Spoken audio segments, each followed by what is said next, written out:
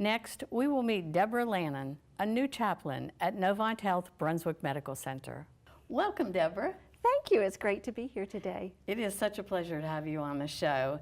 And I understand that you recently joined Novant Health Brunswick Medical Center as the hospital's first full-time chaplain. That's right. That is so exciting, and I know it's exciting at the hospital. So tell me a little bit about where you are, where you're from, and your work before you became the hospital chaplain. I'm from the Carolinas. Are you really? Yes. Good. I was born and raised around here. I graduated from high school in Greensboro. But I've only recently returned back to the area. I spent most of my adult life in Canada, which is where I worked in congregations. For the last 25 years, I've served in congregations, churches across Canada. Yes. Wow, that's pretty interesting. And I think you recently completed some additional education. Is that correct? That's right. I finished a year's residency at New Hanover. Oh. They have a program for chaplain residents that covers a year. So every year they have 10 residents, and I didn't know that. Fortunate enough to be one of the ones last year. Awesome. So that prepares you to be in the hospital setting, is that right? We do clinical and education pieces. Well, why were you interested in becoming a hospital chaplain? Well, I took a break when I moved back down here from congregational ministry. And I decided I missed it, but I was clear I didn't want to go back into the congregation. And I'd done some work in hospitals as a local clergy. And so I started to pursue that and fell in love with it. Yeah. Well, tell me more about that chaplaincy residency program. I'm interested in that. What does that consist of? We do units of what's called clinical pastoral education, which is an accredited program through the Department of Education, which involves 300 hours minimum of patient contact and 100 hours of education in the classroom. So we work as a full-time chaplain in the hospital while we're doing all of that. So we do 3 units while we're doing our residency. Yeah. Well, now that you've joined Novant Health, share a little bit about your role and the chaplaincy program there at the hospital. We are still figuring out my role. It is it's a new position. Yeah, it's very new. So we're working at it as we go along. I'm working in conjunction with the volunteer chaplains that are there and have been there for quite a while. It looks like a lot of my role will be dealing with and working with staff support, as well as doing some direct patient care and working with the ethics committee. Oh, so, that's interesting. Yeah. Well, we've met Fran Pelletier before, and she's been a guest on our show, and I know there's several volunteer chaplains.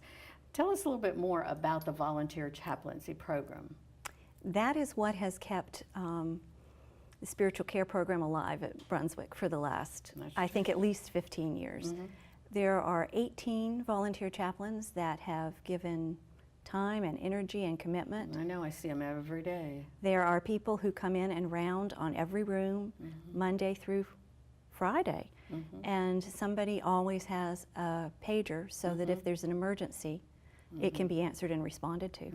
Yes, they've done a wonderful job. I can't say enough about our volunteer chaplains. They are amazing. They are amazing people and are so unselfish and so giving of their time. So that's been really great. What type of situations do you or one of the hospital volunteer chaplains find yourself being called in for? People think mostly we deal with death, and we do get called in for deaths. Sure. But we also get called in if a patient's had a hard diagnosis and they're having a hard time dealing with it, or if the family's having a hard time making end-of-life decisions. Yeah, that's about it. Or if they're just having a hard time with the next step, if they're losing their independence and having to go to a rehab facility or an assisted living facility when they've been living on their own. So it could be anything, but those are the major ones we deal with. How about good times? How about when a baby's born? They don't call us, but I show up. That was one of the floors I covered in New Hanover, so I'm partial to new babies. Well, if someone's in the hospital and they would like the services of a chaplain, how does that work? How do you make that happen? First, they need to tell the nurse, and then the nurse has the contact numbers of who to phone and how to get a hold of us. And so that's the best way to do it. Just let somebody on the nursing staff know. What if it's in the middle of the night?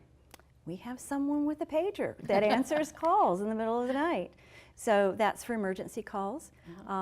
If it can wait till the morning, then we do it in the morning. But if it's an emergency, it's answered during the middle of the night.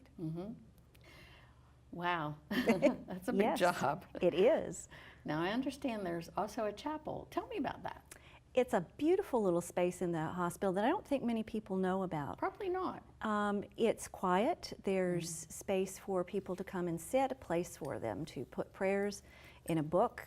Oh, nice. So that chaplains can offer prayers for their requests. Weekly. It happens sometimes 2 or 3 times a week, so they write their prayers there. It's just a quiet space for people to come and be present in the ways that they need to be present to the Holy One in those moments of their life. Is that open to the staff also? Absolutely. So anyone who needs that space, Anyone who needs it, and it's open 24 hours a day. that's great. That's great. Well, before we close, is there any other information that you'd like to share with our viewers about the chaplaincy program? I'd like to say something about chaplaincy because most people don't really know what we do. Sure. One of the chaplains I heard speak recently said, the medical staff deals with what the illness means. They're treating the illness. True. As chaplains, they deal with what it is. We deal with what it means. So those questions that come up when you're lying in a hospital bed, that's what we work with. And so don't hesitate to phone because it isn't related to a faith tradition. Doesn't matter what faith tradition or no faith tradition at all. We work with anybody who wants to see us. So where you go to church is not a prerequisite. It's not a prerequisite that you go to church. So feel free to call and have somebody come and visit and talk with you about what's taking up space in your brain at the moment.